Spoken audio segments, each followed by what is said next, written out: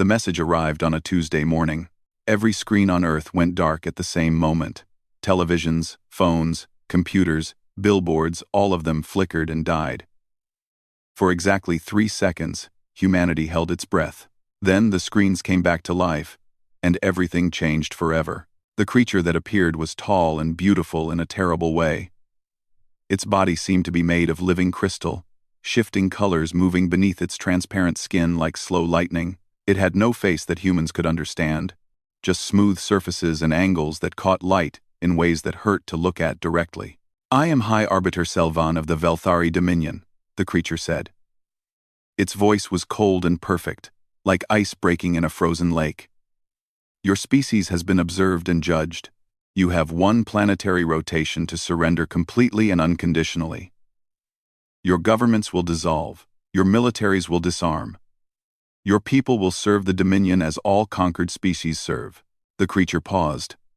Behind it, images appeared: massive ships that blocked out stars, armies that stretched to horizons, worlds burning and reforming under new masters.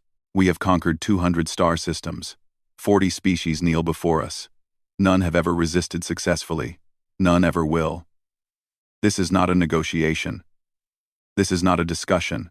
This is simply what will happen." The creature leaned closer. And somehow every person watching felt like those empty crystal eyes were looking directly at them. "Resist, and your world will burn.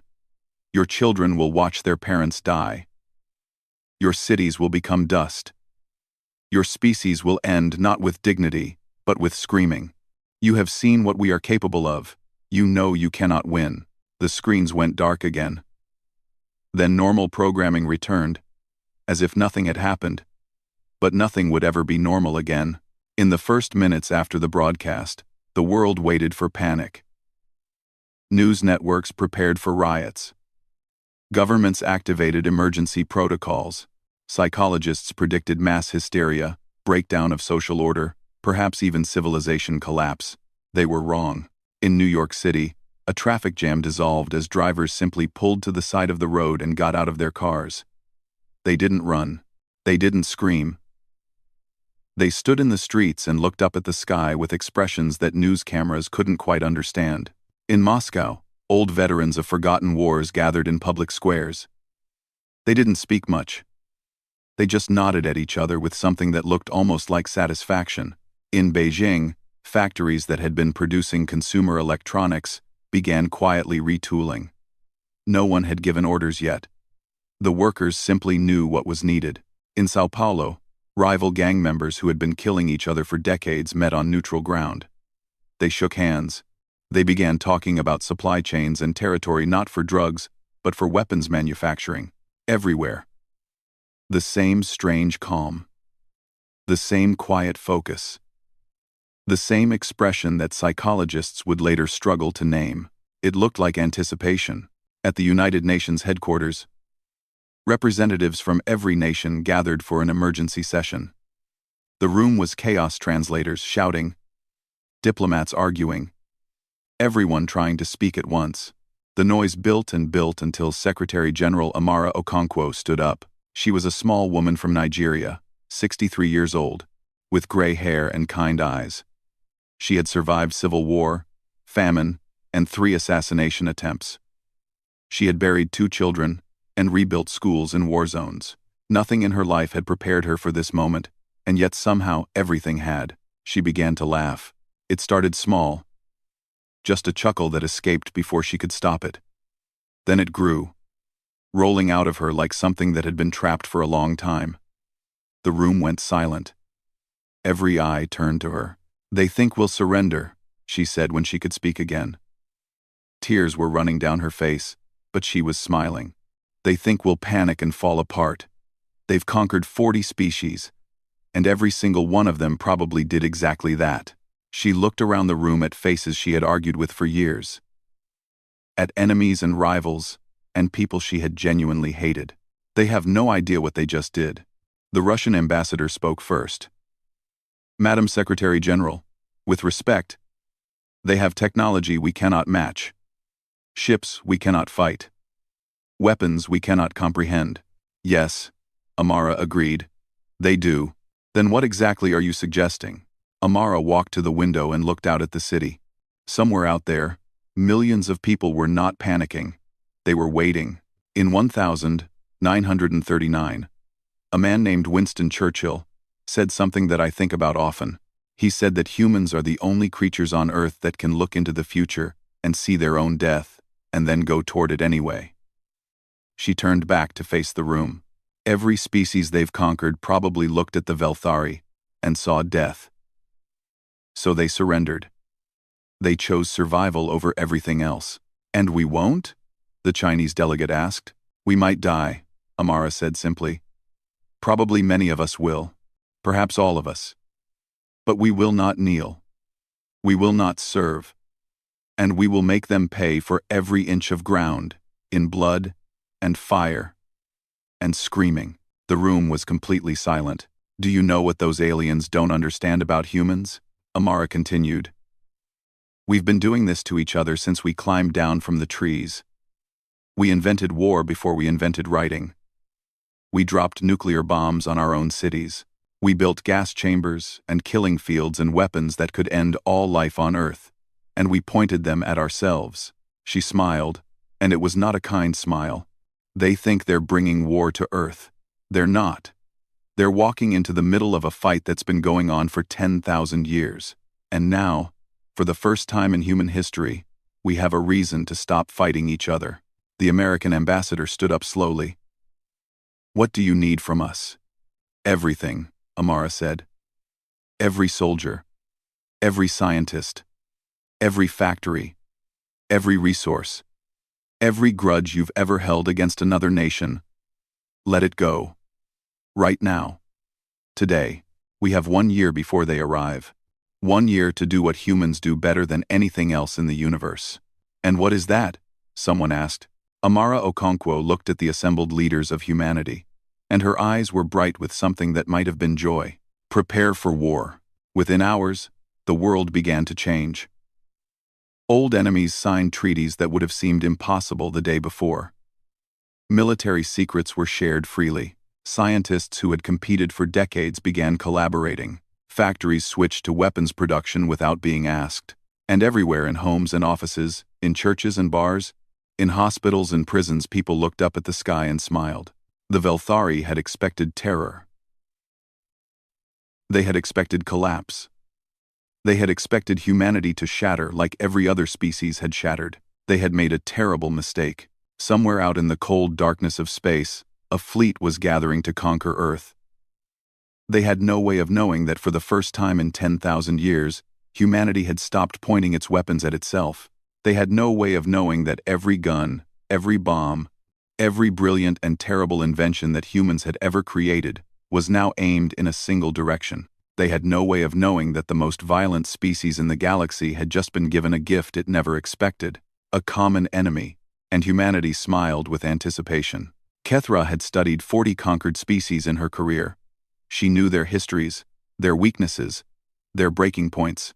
She was the best strategic analyst in the Velthari Dominion, and that was why High Command had assigned her to study the humans. She wished they hadn't. Her ship orbited Neptune, far from the small blue planet where the humans lived. From here, Earth was just a tiny dot of light, barely visible against the blackness. Such a small world. Such a young species. This should have been simple. It was not simple.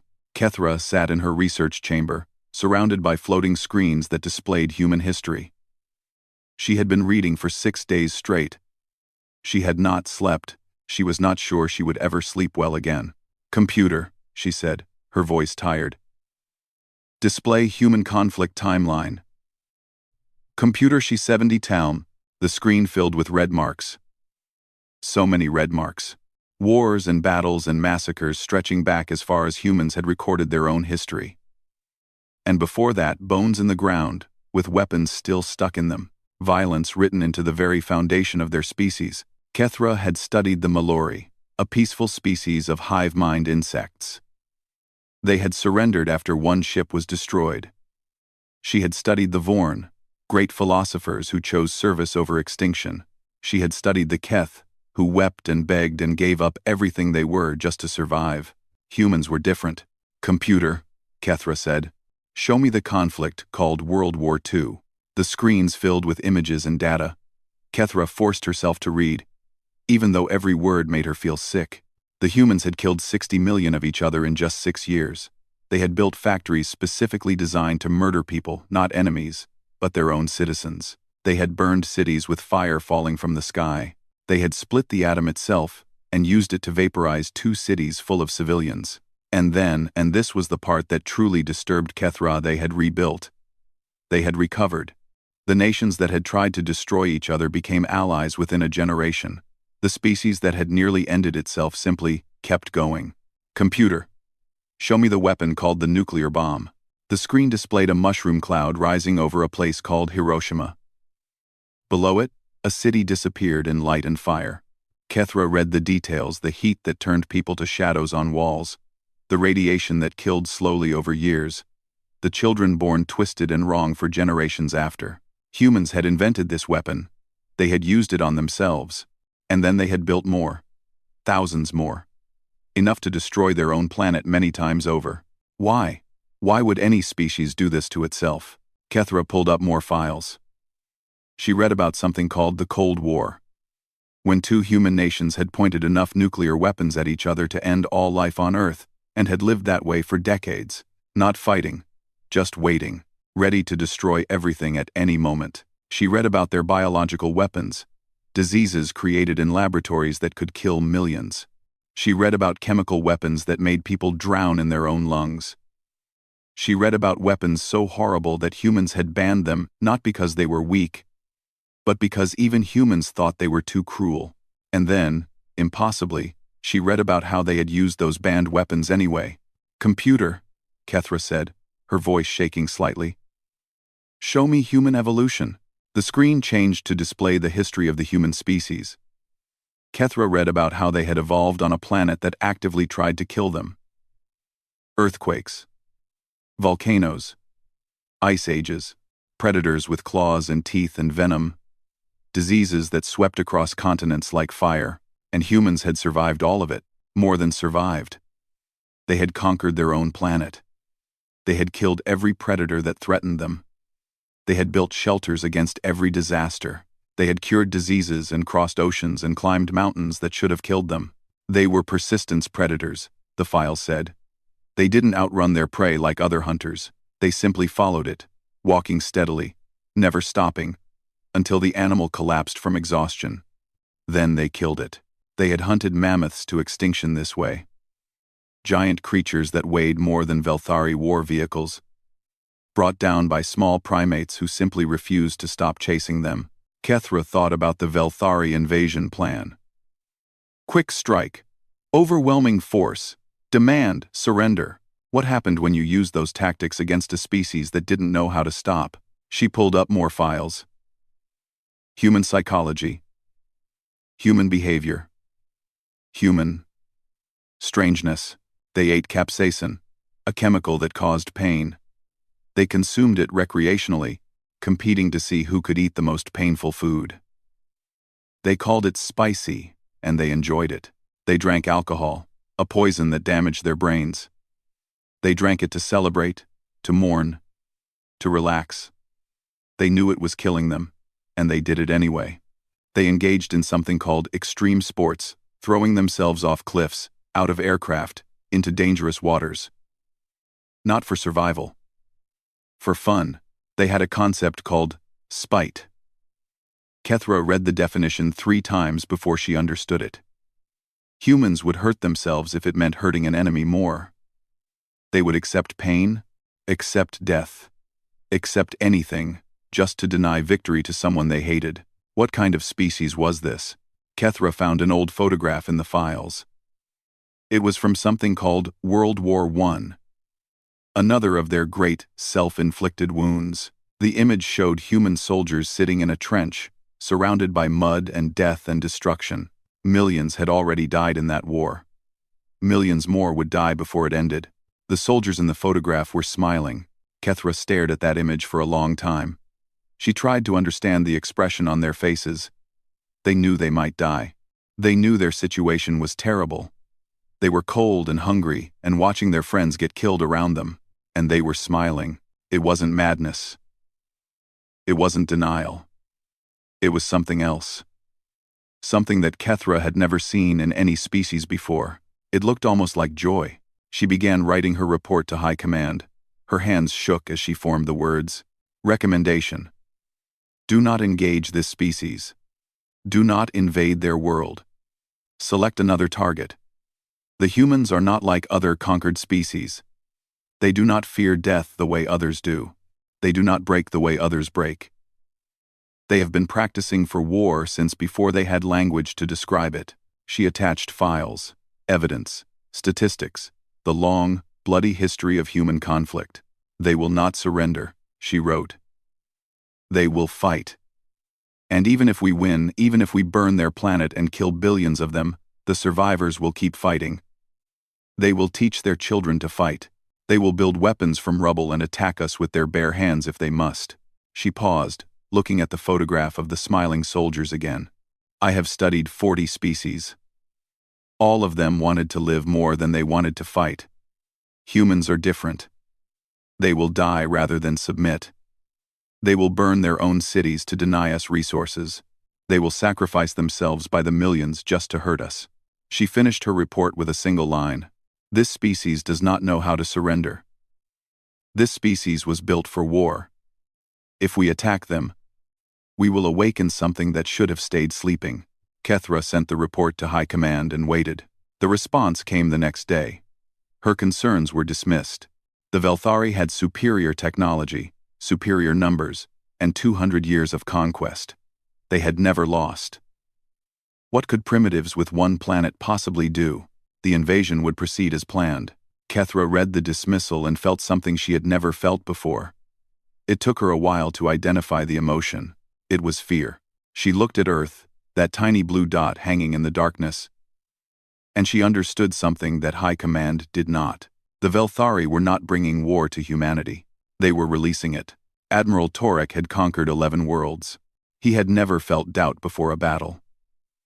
He felt it now, standing on the bridge of his flagship, watching the human defense fleet appear on his sensors. 6 months ago, these creatures had been told they would be conquered. 6 months ago, they had nothing that could even reach the outer edges of their solar system.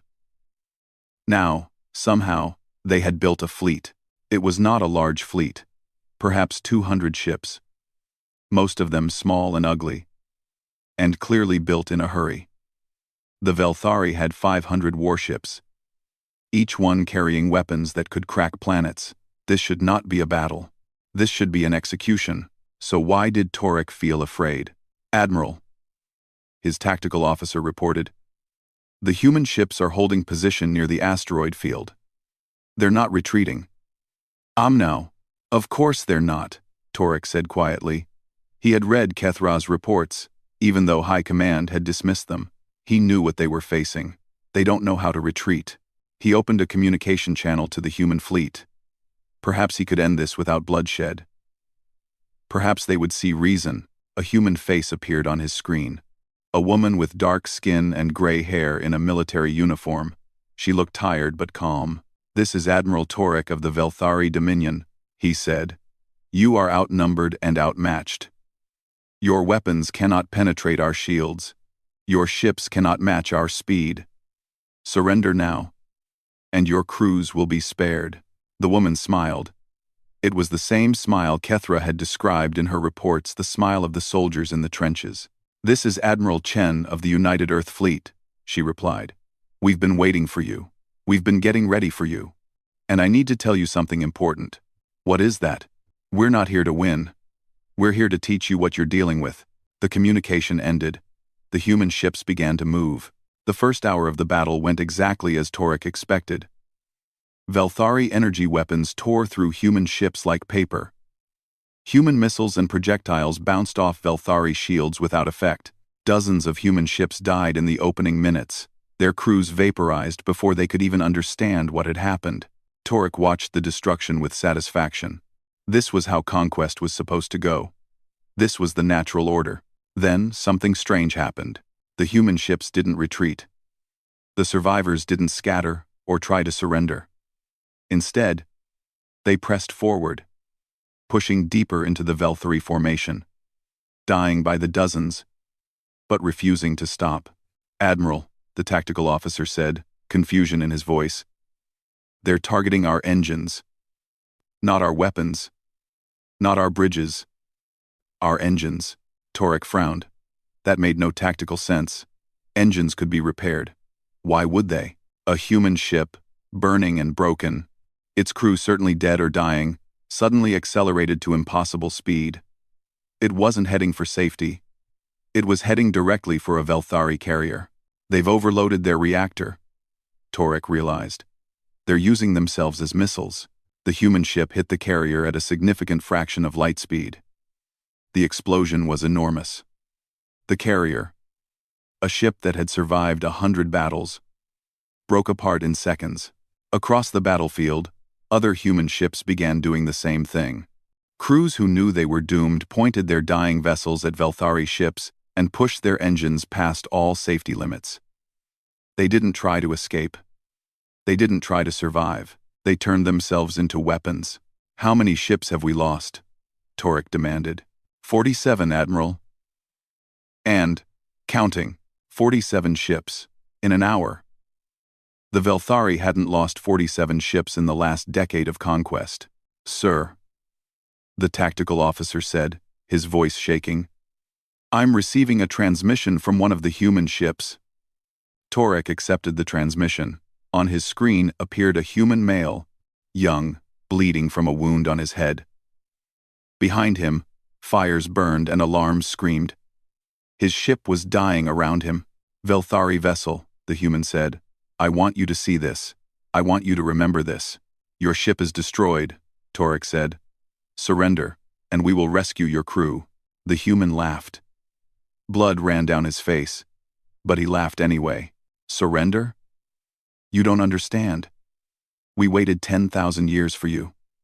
We've been killing each other since before we could write our own names.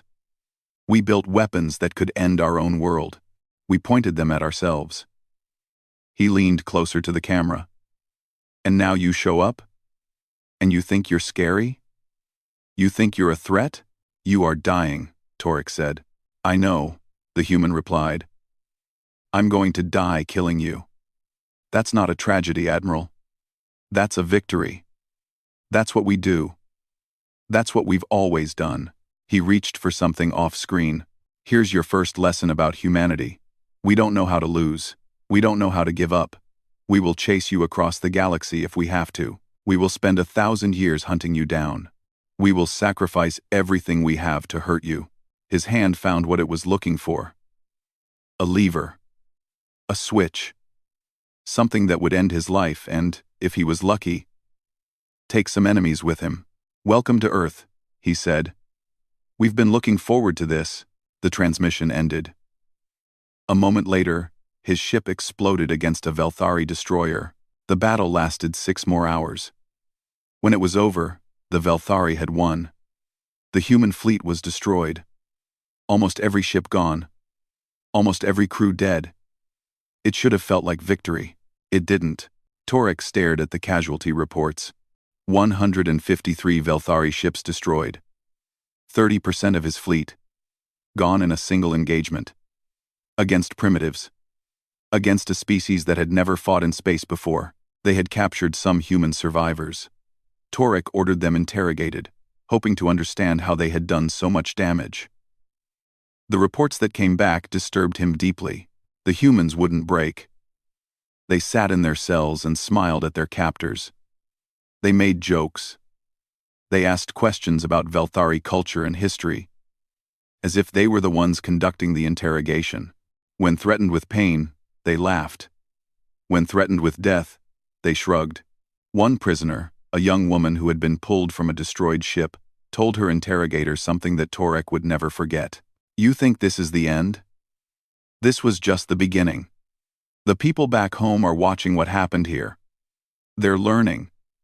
They're adapting. By the time you reach Earth, they'll be ready for you." "Ready for what?" the interrogator demanded. "For war," she said. "Real war. The kind we've been perfecting on each other for our entire history." You just fought our first space fleet.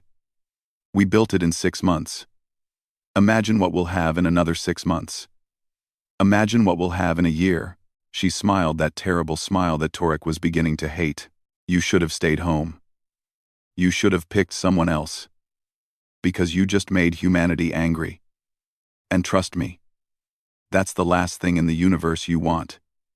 Torek sent a message to High Command that night. He requested reinforcements. He requested more ships, more soldiers, more weapons. He told them that the invasion was still possible, but it would cost more than they had planned. Much more. For the first time in Velthari history, the request was granted without question. And far away, on a small blue planet, 6 billion humans watched footage of the battle. They saw their ships destroyed. They saw their people die. They saw how hopelessly outmatched they were, and they smiled, because now they knew what they were dealing with. Now they could prepare properly. Now they could do what humans had always done best: learn from defeat, adapt, overcome, and never, ever surrender. The invasion force was the largest in Velthari history: 2,000 warships, 50 million soldiers, enough firepower to burn the surface of the Earth 10 times over. High Command was taking no chances after the disaster in the outer system. Kethra stood on the observation deck of a troop carrier, watching Earth grow larger in the viewport. She had been reassigned from analysis to field observation. High Command wanted her to document the conquest, to record how wrong her warnings had been. She knew she had not been wrong. The landings began on a Tuesday morning, Earth time. Velthari ships descended on every continent, deploying soldiers in perfect formations. They expected resistance checkpoints, defensive lines, organized military opposition. They found empty cities. "Where are they?" Commander Velnos demanded. Stalking through the abandoned streets of a place called Chicago. Buildings stood silent around them. Vehicles sat empty in the roads. Wind blew through shattered windows. "They evacuated," Kethra said quietly. "They knew they couldn't stop the landings, so they didn't try." "Cowards," Velnos spat. Kethra said nothing. She knew the humans weren't hiding because they were afraid. They were hiding because they were preparing. The first attacks came that night.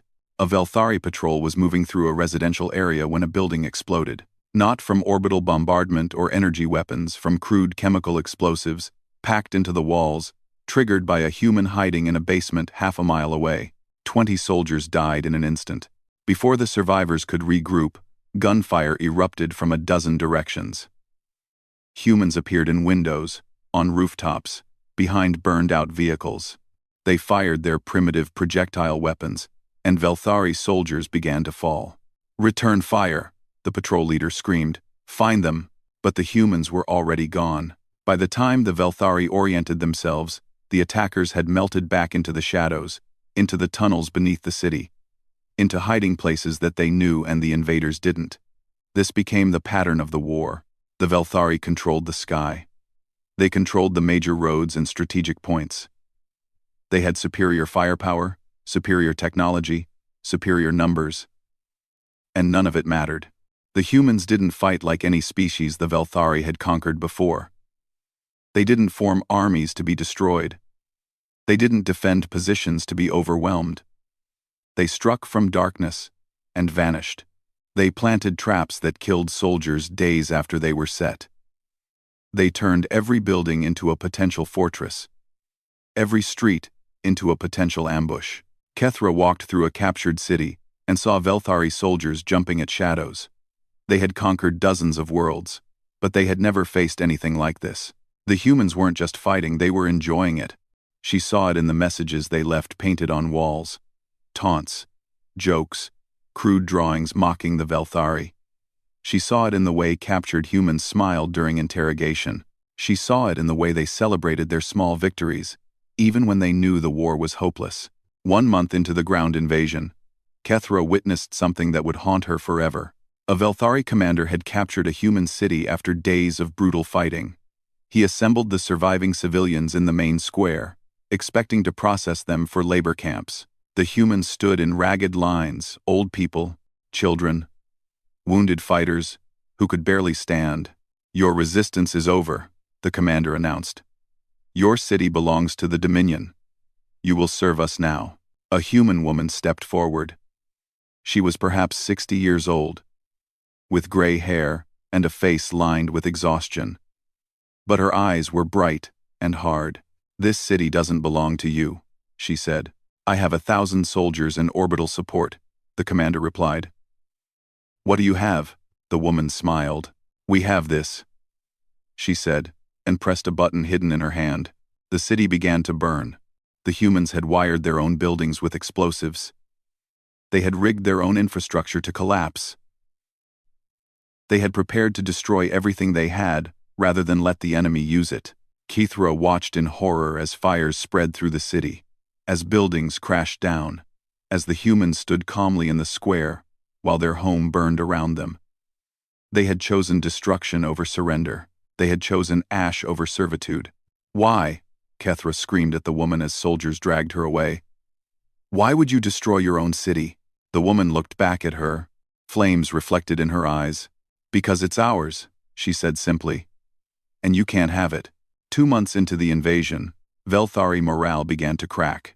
Soldiers who had conquered a dozen worlds started refusing orders. They said they were hearing things at night. Human voices in the darkness, whispering, laughing. They said they couldn't sleep because every shadow might hide an attacker. They said they couldn't eat because every meal might be poisoned. Kethra interviewed a veteran of the conquest of Kelorn Prime, a soldier who had never shown fear in his life. He sat in his quarters, shaking, unable to meet her eyes. They don't stop, he said. We kill 100 of them, and 1,000 more appear. We destroy their cities, and they fight from the rubble. We capture their soldiers, and they die laughing at us. He looked up at her with haunted eyes. What are they? They're humans, Kethra said. They're monsters, the soldier replied. We came here to conquer them. But they're conquering us. Not our bodies. Our minds. He was not wrong. The humans had begun a campaign of psychological warfare, unlike anything the Velthari had experienced. They broadcast recordings of captured Velthari soldiers begging for mercy. They left bodies arranged in patterns designed to disturb. They painted their faces like skulls and attacked at night, screaming and laughing. They used fear as a weapon, and the Velthari, who had never had to feel fear before, didn't know how to fight it. 3 months into the invasion, High Command held an emergency meeting. Casualty reports were delivered in grim silence. 5 million Velthari soldiers dead. That was more than all other conquests in the last century combined, and Earth had not fallen. Earth had barely begun to fight. They adapt, Admiral Torek reported. Every tactic we use, they find a counter within days. They captured our weapons and learned to use them within hours. They reverse-engineered our shield technology and found its weaknesses. They are learning faster than we can adjust. What do you recommend? High Command demanded. Torek was silent for a long moment. More ships, he finally said. More soldiers. More weapons. We can win this war, but it will cost us everything we have. And if we withdraw, then we lose the Dominion. Every species we've conquered is watching this war. If we retreat from Earth, they'll know we can be beaten. They'll rebel. Everything we've built will collapse. High Command made their decision. The invasion would continue. Reinforcements would be sent. Earth would fall, no matter the cost. But Kethra knew something that High Command didn't. The cost would be too high. Not because the Velthari would run out of soldiers, but because the humans would never run out of will. They would fight until the last human was dead. They would fight until their planet was ash. They would spend every life, sacrifice every city, burn everything they had built, just to hurt the enemy a little more. That night, Kethra walked through the ruins of a human neighborhood. She found a photograph in the rubble. A family, smiling, standing in front of a small house that was now nothing but broken stone. She looked at their faces and understood something that would change everything. The humans weren't fighting because they thought they could win. They were fighting because fighting was all they knew how to do. And against an enemy like that, there could be no victory. Only survival, if even that. 1 year after the invasion began, the first human ship appeared in Velthari space. It was not a large ship. It was ugly and rough, clearly built from salvaged parts and captured technology. But it carried something far more dangerous than weapons. It carried a message. The message played on every frequency, in every language the humans had learned from captured data cores. It reached every world in the Dominion, every enslaved species, every forgotten people who had surrendered and been broken. The message was simple: we are humanity. 1 year ago, the Velthari came to conquer our world. They are still trying. They will fail. We are not like the species you remember, the ones who surrendered, the ones who gave up, the ones who chose survival over freedom. The screen showed images of Earth-burning cities. Yes, but also humans fighting back. Humans building weapons in underground factories. Humans laughing in the face of death. We are coming for you, not to conquer, not to enslave. We are coming to teach you what we learned a long time ago. The only thing a tyrant truly fears is someone who refuses to be afraid. The message spread like fire through dry grass. On 40 conquered worlds, enslaved species looked at each other and remembered. They remembered their own resistance, crushed so long ago. They remembered their own warriors, who had died fighting. They remembered what it felt like to refuse. The humans had shown them something that the Velthari could never take back: hope. Within months, rebellions erupted across the Dominion. The Mallory, the insect species that had surrendered after one battle, stopped working. Millions of them simply sat down and refused to move. The Vorn, the philosophers who had chosen service, began teaching forbidden texts about freedom. The Keth, who had wept and begged, found weapons hidden by their ancestors and remembered how to use them. The Velthari suddenly found themselves fighting on 50 fronts instead of one. On Earth, humanity smelled blood. The scientists who had been studying captured Velthari technology made a breakthrough. They cracked the secret of faster-than-light travel. It wasn't elegant. The drives burned out after a few jumps. The ships barely held together. The navigation was wildly inaccurate, but it worked. For the first time in human history, they could reach the stars. Admiral Chen, who had survived the first battle and a dozen more since, led the first strike force out of the solar system. 100 ships, crewed by volunteers who knew they probably wouldn't come back. They hit a Velthari supply depot on the edge of Dominion space. They destroyed everything they could find. They freed 6,000 enslaved workers from 3 different species. Then they broadcast another message: we're here. We're not going away. And for every world you've conquered, we're going to give them a choice: keep serving the Dominion, or learn how to fight like humans. The choice wasn't hard. Human ships began appearing everywhere in Dominion space. Not invading, not conquering, teaching. They showed enslaved species how to build weapons from nothing. They showed them how to hide, how to strike from shadows, how to make every occupier's life a living nightmare. They taught them the most dangerous lesson of all: how to smile in the face of death. High Arbiter Selvan watched his empire crumble and could not understand. He had conquered 200 star systems. He had broken 40 species. He had commanded fleets that could burn worlds to ash. And now, because of one stubborn planet, everything was falling apart. He sent a transmission to Earth, to the human who had laughed at him 1 year ago. Why? He demanded. Why won't you surrender? Why won't you let this end? We could destroy your planet entirely. We could burn every city, kill every human, turn your world into glass. Why do you keep fighting? Secretary General Amara Okonkwo appeared on his screen.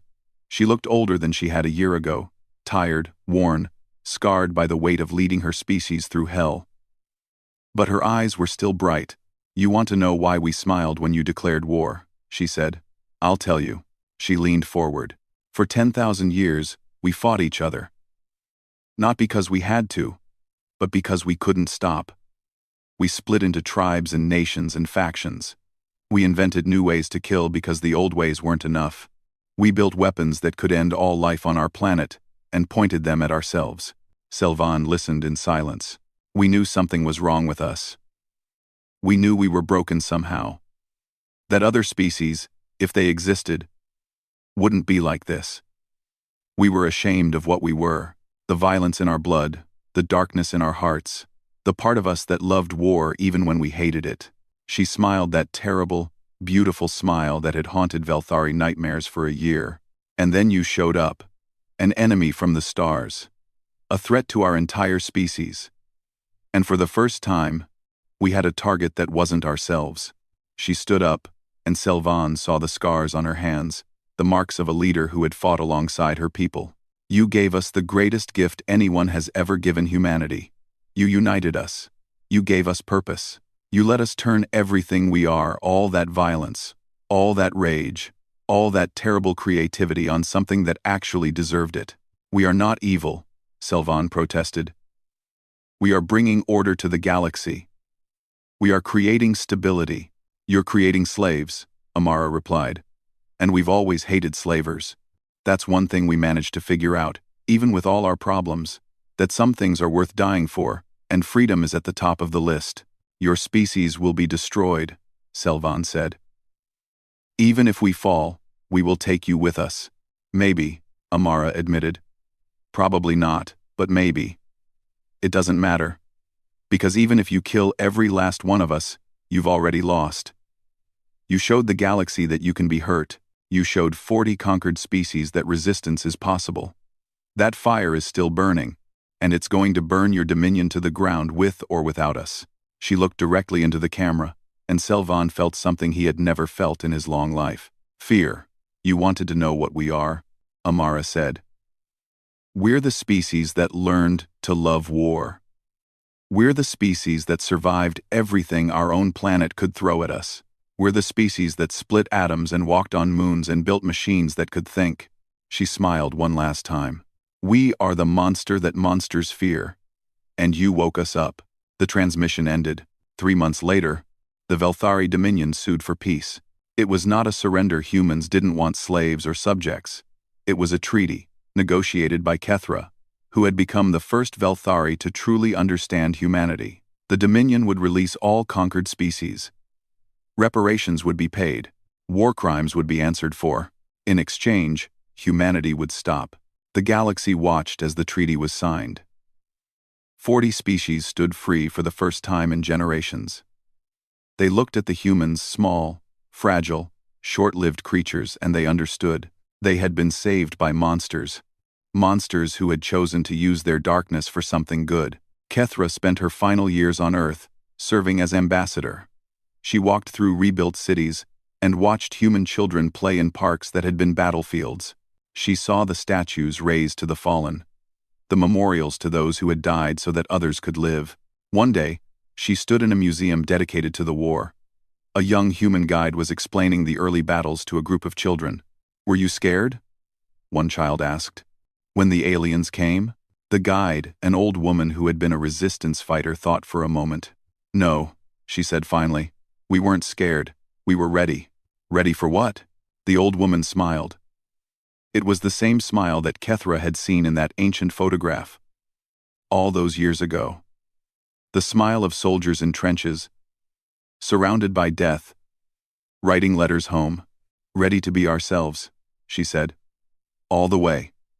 For the first time ever, Kethra finally understood. Humanity had always known what they were, a species born for conflict, forged in violence, tempered by 10,000 years of war against themselves.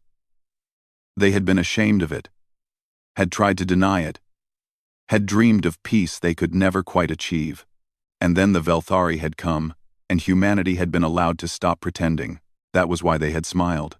Not because they were crazy, not because they wanted death, but because, for the first time in their history, they could be exactly what they were, and it would be right.